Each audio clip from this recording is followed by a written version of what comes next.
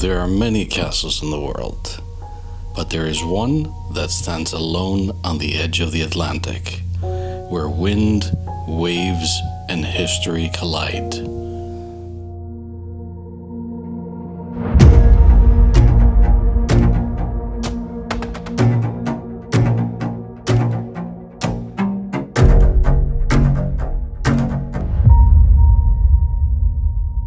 See some photographic opportunities. Well, what's the word? Reflexione? Have a look at that wall there. The sun shining through the window and door from above. A little cross in the middle of that section where the window was. We'll take a shot of that. Some nice wispy clouds above. See what we get.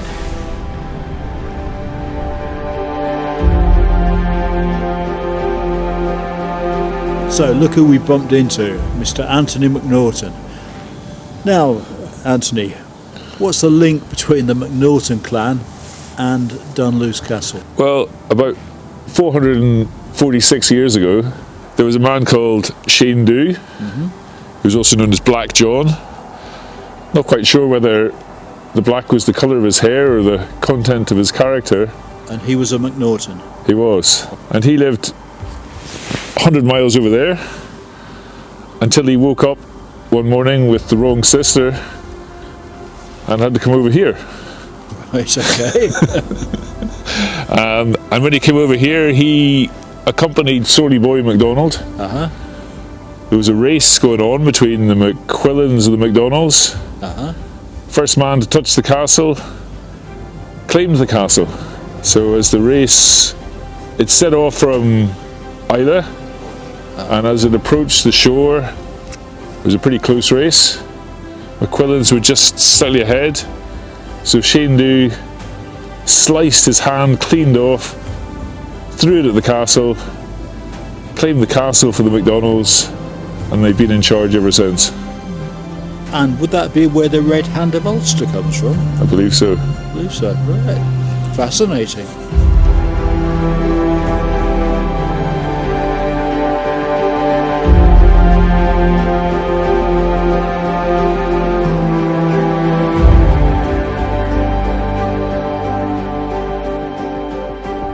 Alright, so this is the latrine, right?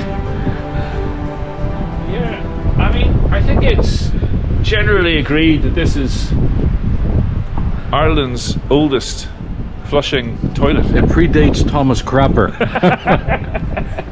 Well, they've got a very handy system. Twice a day it takes everything away. What's the handy system? It's called the tide. Rain.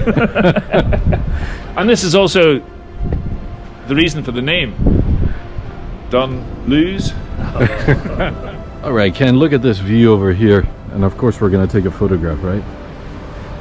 Yeah, if you look down there, you can see the elephant's trunk. You can see all the way along to Portrush. And right over there, that's Donegal. Wonderful, wonderful vista. So, we'll take a shot.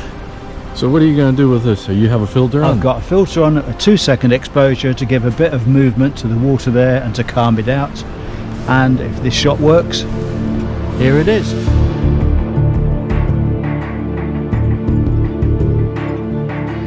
The motto of the McDonald's, toujours prêt, always ready. Yeah. We talk about that. What do you think, Anthony? Is that legit? Right, well, Sorty Boy, he was the warrior, and like many warriors, he was always ready, but he was very keen on his porridge. So he used to stir his porridge, getting ready for the day. But while he was stirring his porridge, he was always ready, both hands free. So he stirred his porridge with his feet. Seriously? That's always ready. Sorty Boy MacDonald. Okay, Anthony, here's an obscure link between Dunluce Castle and the Three Musketeers. Go on then. Any idea? No idea. Right. Who wrote the Three Musketeers? That's a good question. Alexander Dumas.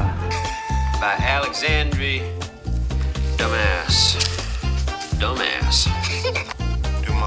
Yeah? You mean dumbass? Well, yeah. And who is the villain in the Three Musketeers? The Duke of Buckingham. There's all kinds of nooks and crannies in this castle. If you look here in front of me, you see a door, right? This door ends nowhere. However, Many centuries ago, there used to be land all around the castle, going all around it, and all that has fallen off due to erosion. So this door must have led on the path that went all around the site, probably about 300 years ago or so.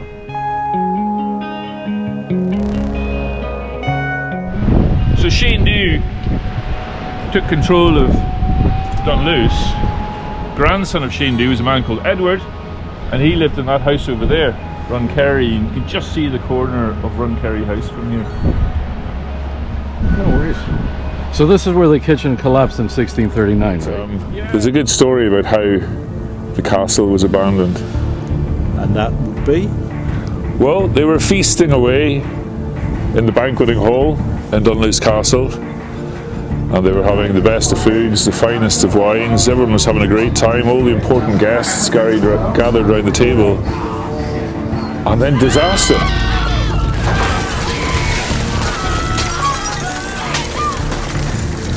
Yes. The pudding fell into the sea with the kitchen and the cooks and everything else, but the guests never got their pudding, and Dunluce was abandoned. Is this the tale where there's only one survivor of the section where it fell into the sea? Yeah, well, I think the key thing is the pudding definitely did not survive. Okay. So they were left without sweet. The terrible pudding crisis of 1639. A terrible time in the history of Dunluce. And is there any archaeological evidence of that? Well, if you look carefully, you might see a bit of crumble around the place. That's dreadful.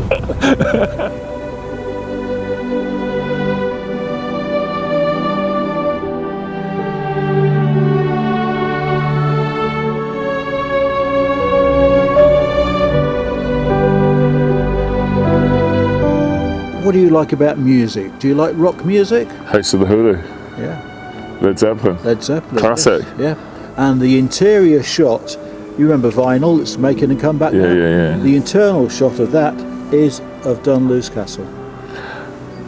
I met the chap who claims to be the photographer, but his memories of that time are pretty non-existent. Pretty hazy memories. Are there any other musicians you think are connected with the place? What about... There's Gary Moore. Gary Moore? Yeah, Gary Moore has actually got a track on one of his albums called Dunluce. Jackie Chan, I believe, did some filming here. Right. For a film, and if memory serves me, they used the Mermaid's Cave down there with CGI for Jackie Chan to fly into that cave with a helicopter. My goodness. Yeah, it's amazing. And then there was, just quite close to here, there was a couple of quite good concerts 15 years ago. Van Morrison. Yeah, Van Morrison at Dunluce, and he wasn't here, he was at Mackerel Cross. Yeah, no, I remember that. It was a good concert. It was a good sunset that night. It was. It turned very cold there. Did some people get free tickets for that? I believe some people did get free tickets. I believe they may have, George. Whereas some people pay 3 figures for a ticket. Well, there's that infamous pair of singers. Oh, yes, with the funny hair. Funny hair. Called Jedward.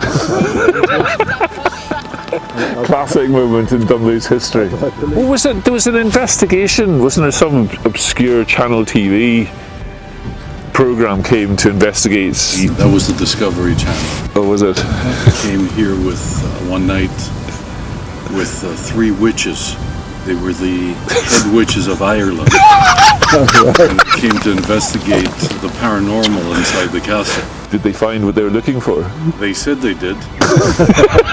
Otherwise they'll be out of a job.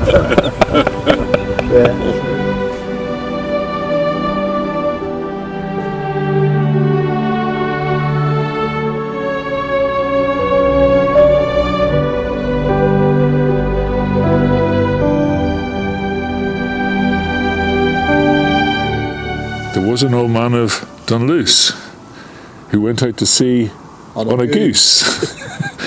When he'd gone out a mile, he observed with a smile, It's time to return to Dunluce.